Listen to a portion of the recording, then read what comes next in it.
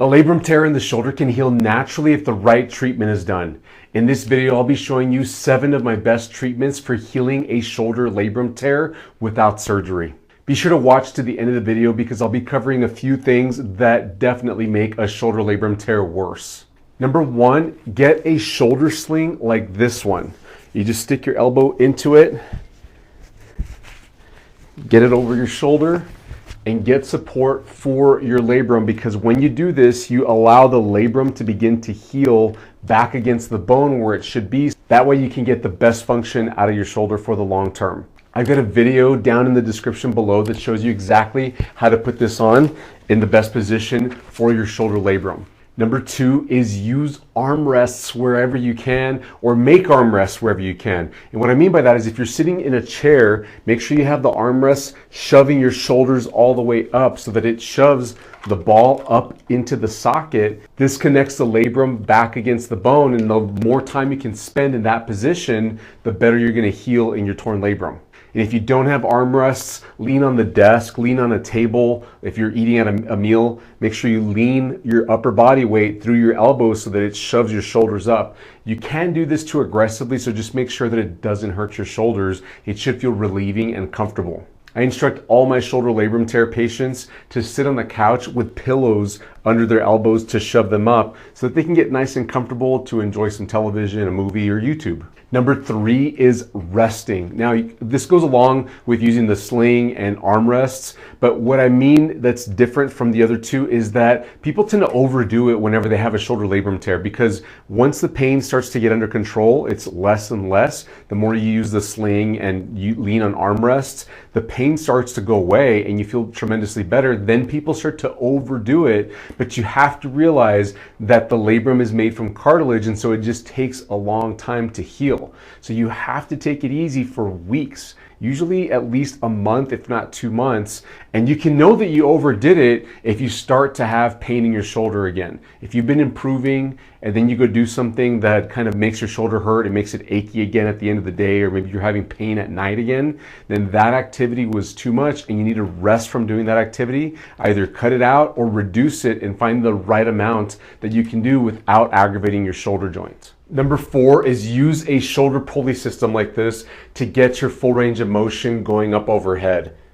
Doing overhead exercise is a good thing at the right time for a shoulder labrum tear, and using a device like this helps you to get there safely. If when you reach up, you shrug your shoulder and use your other hand to assist on the way up, you can get up all the way safely without aggravating your labrum. I've got a video showing you exactly how to use this, how to set this all up, and a link to this in the description below. I'll usually start my clients out with doing 10 to 20 reps of this exercise and then build them up to where they're going for 5 minutes, even 10, 20, or 30 minutes per day, depending on what they can tolerate without making the shoulder hurt more. But you might get some muscle sore along the way. That's okay, as long as the actual shoulder joint does not hurt more, then your labrum should be safe. The 5th treatment is called Angry Cats, and this exercise requires you to be feeling a lot better in your shoulder labrum. You should have gotten it under control with all the previous things I talked about. If you can tolerate putting weight through your arms, then you're ready to do this exercise. It looks like this. You're gonna get on your hands and knees. You can do this on the floor, on your bed. Put your fists like so, or you could be flat-handed, whatever's comfortable for your hands and wrists. I like this. Then you push your back up like an angry cat, just like that. And you're going to hold it for 10 seconds and then relax and come up like that. This is a yoga move, by the way, but it's great at getting your shoulder blades to move properly and putting some light pressure through your shoulder joint and gently, very gently stressing the newly formed connection between your labrum and your bone without your full body weight. And you can always play with the percentage of body weight that you're putting through your arms. Say it was my left arm here, that's the injured side. I can lean away from that side so that I'm putting very mild pressure through it. Or you can lean more onto it if you're ready for that. You can also lean onto your legs more or onto your arms more to give it more pressure. And you can do this standing as well by leaning on the surface that you're planning on leaning on, and you can still do the same motion with your shoulders while not having to put pressure through your knees. Now, it's important to get your shoulders to round out all the way forward and then to just relax. You don't have to go all the way back. This exercise is best if you can do 20 to 30 reps, holding each one for 10 seconds, as long as it feels comfortable to do so. Otherwise, stop when you need to. And then you need to do 4 to 5 sets a day. So you kind of need to do a lot. You're trying to get to about 100 or so reps, holding each one for 10 seconds. But I tell people all the time, if all you can hold is 2 or 3 seconds, 6 or 7 seconds, then just do that and get the practice so that you can gradually work up to holding a full 10 seconds. Next, for number 6, we have a progression of that exercise, that angry cat exercise. This is another yoga move. It's called the child's pose, but I like to rock back and forth in it to get motion through the joint. So you're going to get in the same exact position, and now instead of pushing up and holding there, you're going to push up, hold there, and sit back in this direction. Now, child's pose is you're all the way down like this, but for the purposes of this exercise, I want you to keep your fists just like so, or your hands flat if you want to do it that way, and push this way. And you're trying to round out your back to get your shoulder joint aligned properly, to get the ball to seat into the socket, to take pressure off the labrum in a bad way, but put pressure on it in a good way, the way that it's supposed to accept pressure. When you push your shoulder blades forward like that, you get good alignment through the ball and socket joint, and that pressure is good for the health of the labrum in the long term. Now from here, you're going to do 20 to 30 reps. Just sit back and forth. You're just rocking back and forth. Some people like to hold and even stretch a bit here. That's fine as long as you get all the reps in. And then, like the angry cat exercise, you're going to do 4 to 5 sets a day so that you're hitting about 100 or more reps if possible. The 7th exercise is a shrugging exercise, and this is going to be a little tougher for the shoulder, especially as you progress this exercise to a full-on overhead reach. So you start with your elbows against the wall like this. Make sure to keep your head and neck in a slight double chin, and then you're going to shrug all the way, but with your arms on the wall. So it looks like this, and you're holding it up as high as you can. You might get a pop or click. I just did in my collarbone. I felt it. Hold it there for 10 seconds, and just avoid letting your head move in this way where your chin juts out like that, or some people like to bring their head forward and down. You have to keep your head in the same position that you start in. Hold it for 10 seconds like that and really shrug, and get these shrugging muscles on both sides to work really well. You might even get sore there if you haven't done any exercise in those muscles for a long time.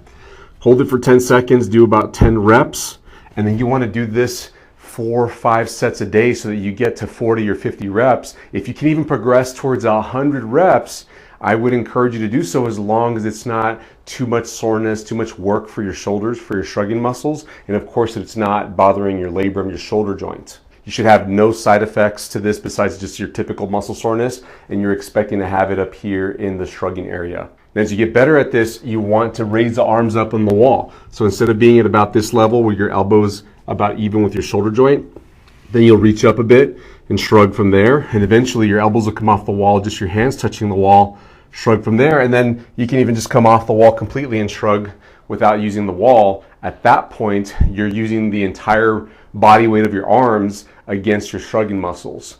After that, you're probably ready to do some weights if you can tolerate doing that without any shoulder problems. And that's good because it's going to bring good stress to the labrum where it connects to the bone, that newly formed connection that you've gone through over the past few months, so that you can strengthen it and prepare it for higher level activities so that you can keep strong and healthy for the long term in your shoulder joint.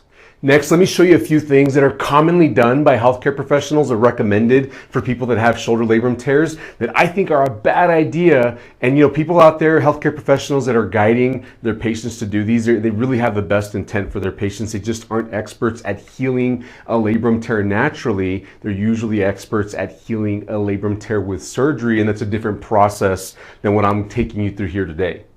So I want you to be aware of these so that you don't start to do these exercises in expectation for it to improve your shoulder labrum tear, but it actually might make it feel worse. The first one is shoulder stretches. Anything that is in range, like where you push your arm across your body, or you get up against the wall and stretch your arm back this way. Or sometimes people get in a corner and bring their arms back this way and really try to stretch out the chest muscles and the shoulder joints. Those types of stretches really take that ball and socket joint to the end ranges and can tear the labrum more, because that labrum surrounds the socket, and if you're pulling the ball up against that labrum that's already torn and detached from the bone on the socket, then it can further stretch it away from the socket. You don't want that. Second is shoulder rotation exercises. Now these are commonly done with a band, like a rubber band. Usually they come in different colors like yellow, red, green, and blue. And people will have you tie it up to a doorknob or a post, something sturdy, like a pole from an exercise frame, and they'll turn this way away from the wall, and then they'll have you turn around and pull the other way in this direction away. Sometimes this exercise is taught with a weight in your hand and you're lying on your side and you're rotating your arm up this way, or lying on your shoulder and then rotating the other direction in order to use gravity and the weight. These exercises are not good for shoulder labrum tears because they're working the rotator cuff muscles that are producing rotation at the ball and socket joint, and that motion of rotation of the ball on the socket tends to aggravate the edges of the ball and socket. The reason for this is because the rotator cuff muscles are usually part of the muscle imbalance, and if you're working the wrong muscles, the ones that are already strong, you're potentially going to further push the ball off the socket and ruin the mechanics at the shoulder joint. Now, right after surgery, it may be necessary for you to do those exercises because you need to wake up the rotator cuff muscles, and those exercises could be beneficial for that. But if you're trying to prevent surgery, not the best idea. Another exercise that's pretty painful for most shoulder labrum tears is raises like this, where you hold weights in your hand and you're picking up your arms. It could be straight forward or out to the sides or anywhere in between. These exercises put a lot of stress, especially if you're holding weights. It puts a lot of stress on the ball and socket joints. Anything that increases the lever, so in other words, if you're holding a weight out here in your hand, that's a long lever for this little ball and socket joint to have to take. So that's a lot of stress, a lot of bad forces that can potentially be going through that labrum.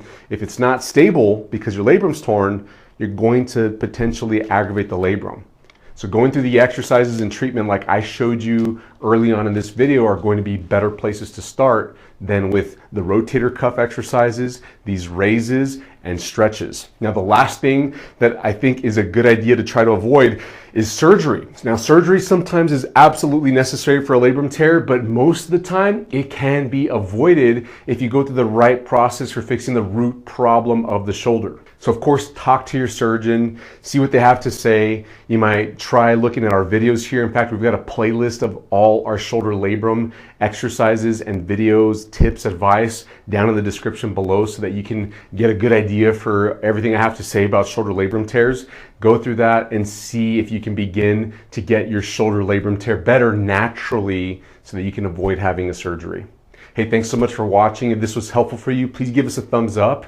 Don't forget to subscribe if you haven't yet, and turn on our notification bell so that you don't miss out on any of our future videos. And please share this with somebody you think needs to hear this so that they might have a chance at avoiding surgery. I'll see you in the next video. Bye-bye.